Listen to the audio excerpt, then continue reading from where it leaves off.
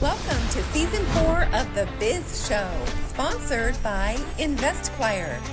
Discover what's next with this insightful podcast. And now, your hosts, Barry and Lisa. Hey, Lisa, I'm doing great. How you doing? Fantastic. Thanks for asking. Here we are again. Welcome, everybody, to the Biz Show, our fourth episode of Season 4. Yeah, time flies when you're having fun, right?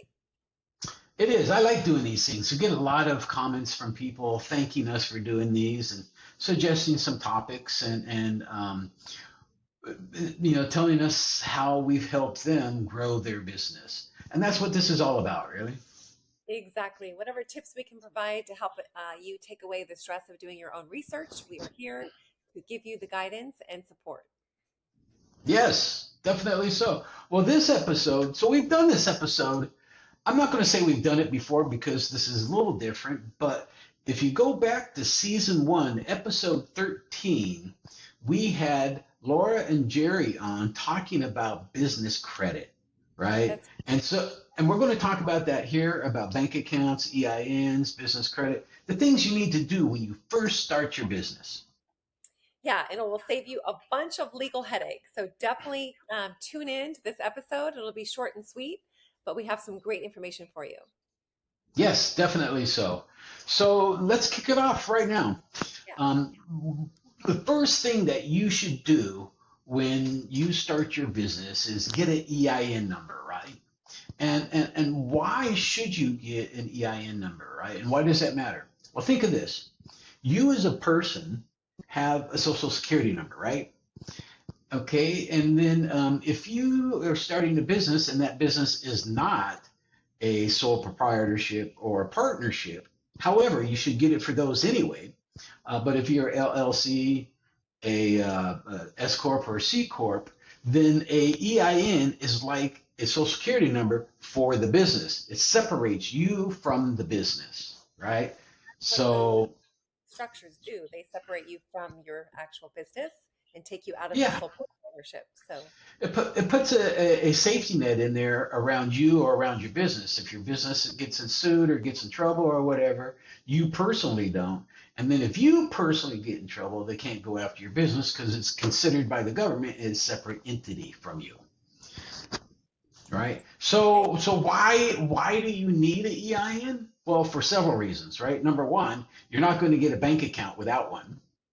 Number two, the IRS, that's how you're going to pay your taxes, right? And just like you do with your social security number for your business with this EIN number, that's where you're going to pay your taxes. And then you're not ever going to get a payroll company to do any payroll for you without an EIN number. Yeah, that's right. Right? Yeah. So you're going to need that EIN number before you even apply for a bank account or for credit. And here's the good news. It's free, right? You can go to irs.gov, just type in EIN, and it'll take you right to the page. You can sign up, takes you 10 minutes, and you've got your EIN number right then there on the spot. And don't fall for all these people say, hey, we'll get you set up. We'll get your EIN number. Oh, yeah, it's going to cost you $250, and we'll get your EIN number for you. Because it's only going to take them 10 minutes to sign you up too, right? When you can do it yourself for free. Yeah, don't sign up for any of those companies. They're just looking to make a buck off of the work that you've already done, and you're going to receive it instantaneously, I think you said, right? Once you apply on irs.gov for the EIN number, you get the number instantaneously, correct? Correct, you do. So fantastic. Yeah. And so once you have your EIN number, then you can go ahead and go to a banking institution and open your business banking account because they will require the EIN number to open the account. I personally use Wells Fargo just because I have my personal accounts with them. And so it's easy for me to transfer back and forth if necessary. But it's such a crucial part of being a business owner and having a bank account that is related specifically to the business income that you're making and separating that out from any business funds and any commingling. It'll make your CPA be very happy that you're not commingling funds and having to give them receipts from your personal account and things like that. So it'll also save you money because then you're giving them a P&L report directly out of your business banking account, and it's making tax time a lot more simplified. So yes, it's very important to have your EIN number in order to open the bank account. You'll also need like your articles of incorporation if you do have an S Corp or a C Corp for the state that you filed your corporation in. And some banking institutions may require an operating agreement or a business license if applicable. And of course, the standard is like your driver's license, to confirm that you are who you say you are. And like I said earlier, you don't have to use a large banking institution like Chase or Wells Fargo or Bank of America. Some of those institutions do charge you like a monthly bank fee. There's ways to avoid it by having higher balances or doing direct deposits into the account or things like that. Every bank has different rules and regulations. But I think, Barry, you mentioned to me there was some banking institutions online that you could find that don't have any bank charges at all. Yeah, Blue Vine, Mercury, Relay are really good, and they don't charge you for the checking account any fees or anything like that. So you can look at that, And you brought up something interesting, right? And you and I bounced up against this many times when we're selling businesses for clientels, and you mentioned the commingling of their personal accounts and then their business accounts. And in that, what happens is you go and you want to sell your business, and now here Lisa and I, okay, show us your financials, and all of a sudden we see you bought a couch here, and there's your car repair, and then you went on vacation here, and oh, but now here's your payroll and everything. I'm like, what the world is going on here? Separate those things, right? Because it's going to cost you money. Because Lisa and I are going to charge you to go through all your finances and get it straightened out. Because we don't care about your personal finances, and that has nothing to do with your business if you're going to sell it or you're looking for funding or whatever the case might be. So save yourself some money, clean it up. Yeah, I think I mentioned to you when we were talking last that I did get audited when we had our door and window construction company, and it was so easy to bring forth information that was very clearly depicted in my business account because I did not commingle and I did have our separate business banking account, but I did have to lay out all of the receipts, and I put together this fantastic binder with dividers because my CPA gave me a little hint on how to get out of the audit and make sure I don't owe any additional monies. He said just bring forth so much information and clearly highlight all of the expenses that could be of question, like Amazon charges or things of that nature, so that you could justify what those charges were for your business, and highlight those so that you could show the auditor, like, look, I've already researched this for you. Here's this line item and that line item, and this is what the business expenses were for. I literally walked out of there not owing a penny, and she was like, here, do you want your huge binder back? And I said, oh, no, that's for you to keep. But definitely, it keeps your business, very straightforward. All the expenses going into that hopefully will not be of question.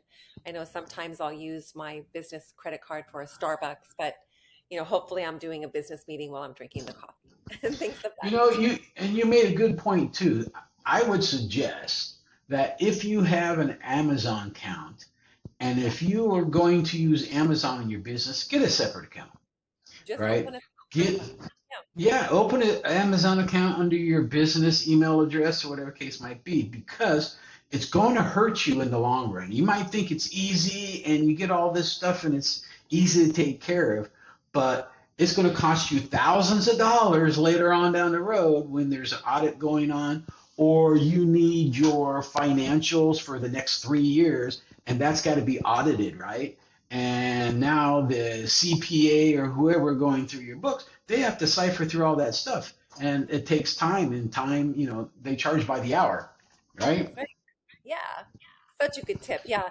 What I mean, just something simple like that. Like use your business email for your Amazon account and your personal email for your personal, and then tie your credit cards accordingly. That is such a great tip. So Yeah, yeah, yeah, definitely so.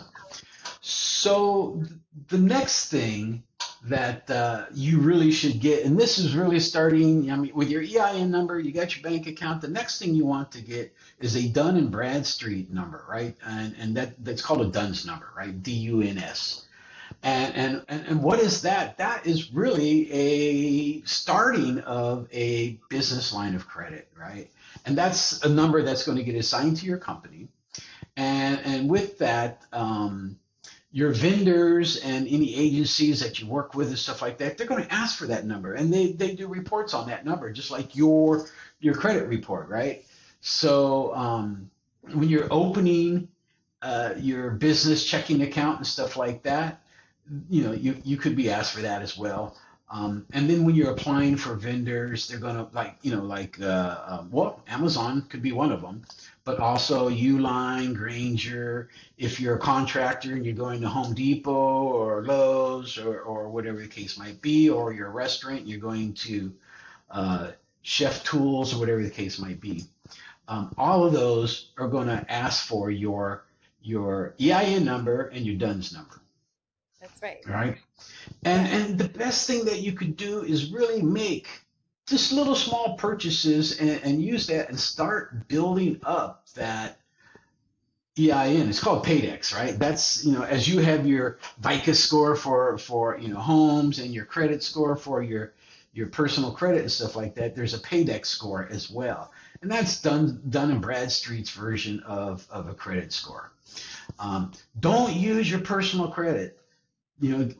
Keep that aside. And guess what? You can get large sums of credit with your DUNS number, right? So I'm talking $50,000, $75,000 in lines of credit and stuff like that. That's right. So definitely something to look at. I know Laura and Jerry talked about this, and they got a whole program for people that they put together. And there's a cost associated with that, and that might work for you, but you can also do this yourself. Yeah, that was, like you said, I think in episode 13, season 1, right? Yes. Yeah. Okay.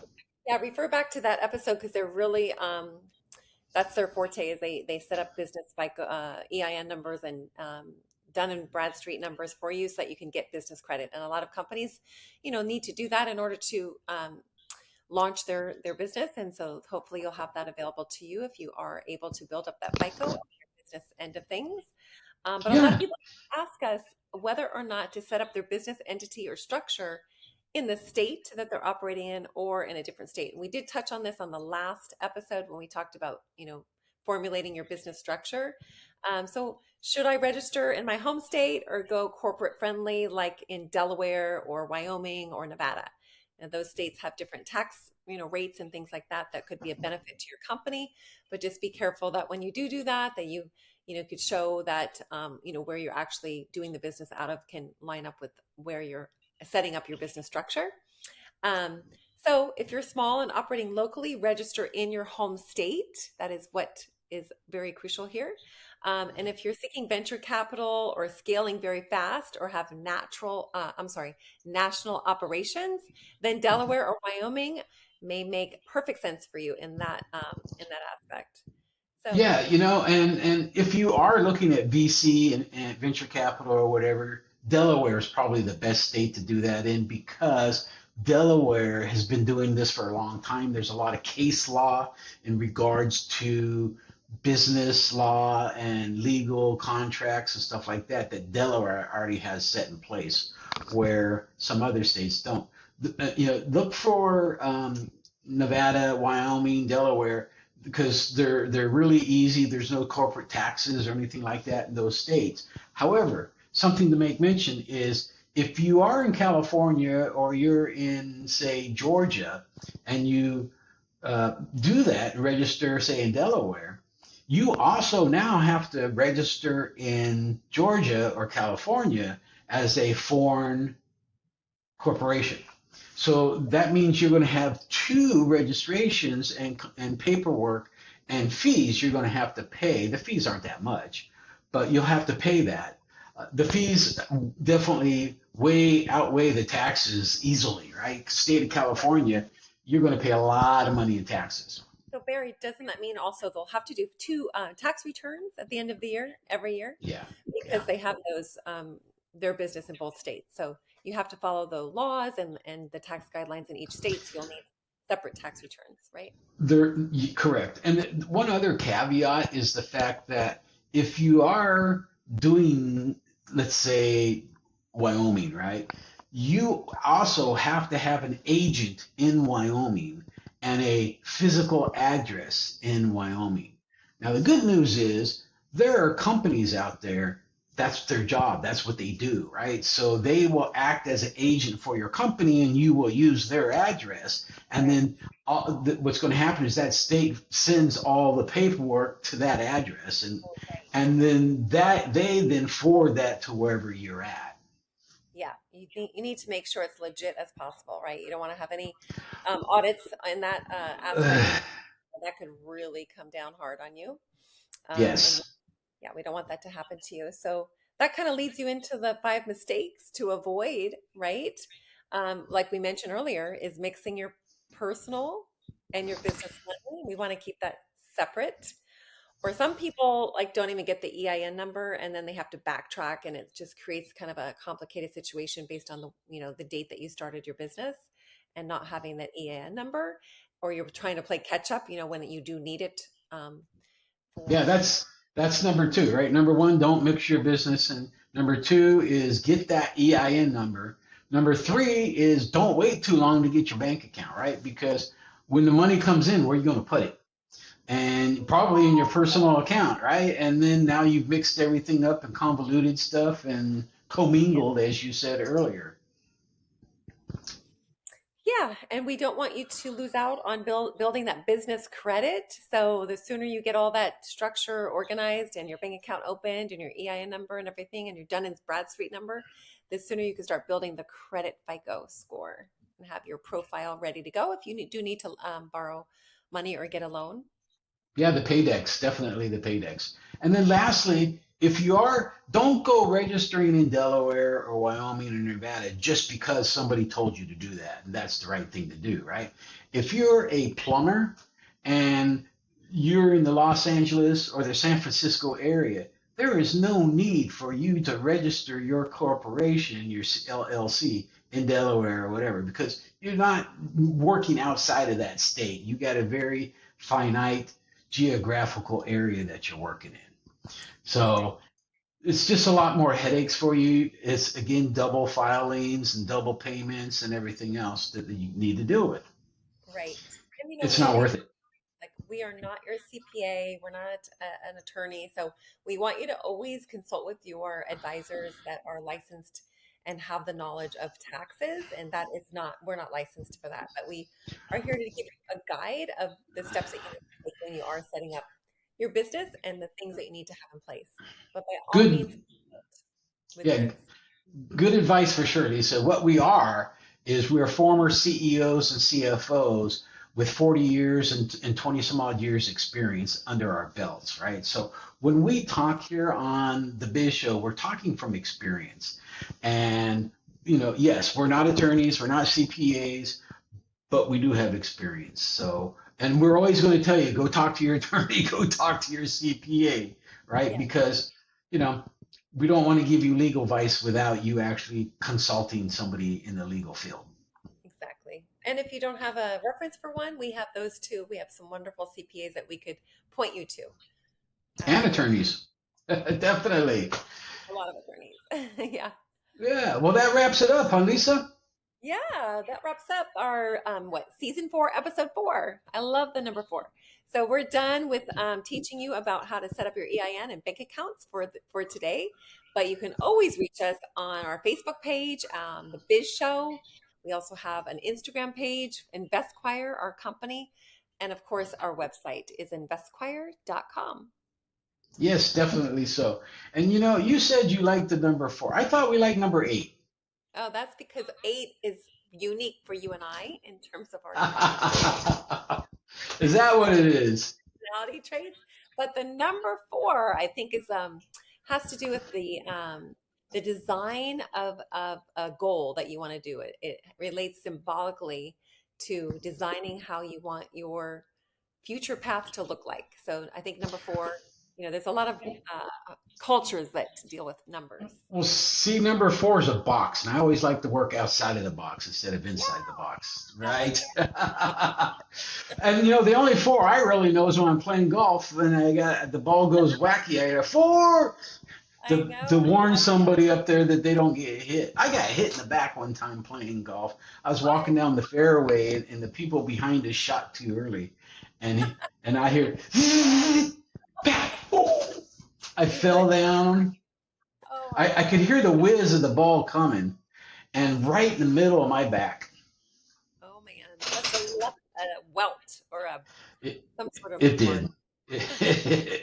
It left a welt for about 2 weeks. It hurt too. Yeah. So, Oh man. We could all tell some golf stories here. That would be a fun podcast. Maybe we'll have to oh, get there to you go. yeah. Well, we have some really exciting podcasts coming up and some guests too. So, looking Yeah. forward to those. Yes, yes. So please stay tuned, and we all want you to subscribe when you are listening to our podcast.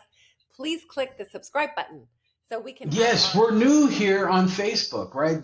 By the way, earlier you said go check out season 1, episode 13. Just yeah, so everybody knows, it is here in YouTube. yeah, So we've have all of our past seasons, seasons 1, 2, and 3.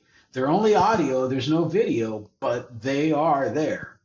And yeah. we continue to do our podcasts on all of the audio platforms because we're syndicated there, and then also now here in YouTube. That's right. So you can either check us out on Amazon or iHeartRadio or Apple Music, or you can get us here on YouTube, and all of our podcasts are here. So thanks to Barry, he's Yep, uploaded. Mhm. Yeah. it's all teamwork. Thank you guys for All listening. right, guys, you guys have a great day.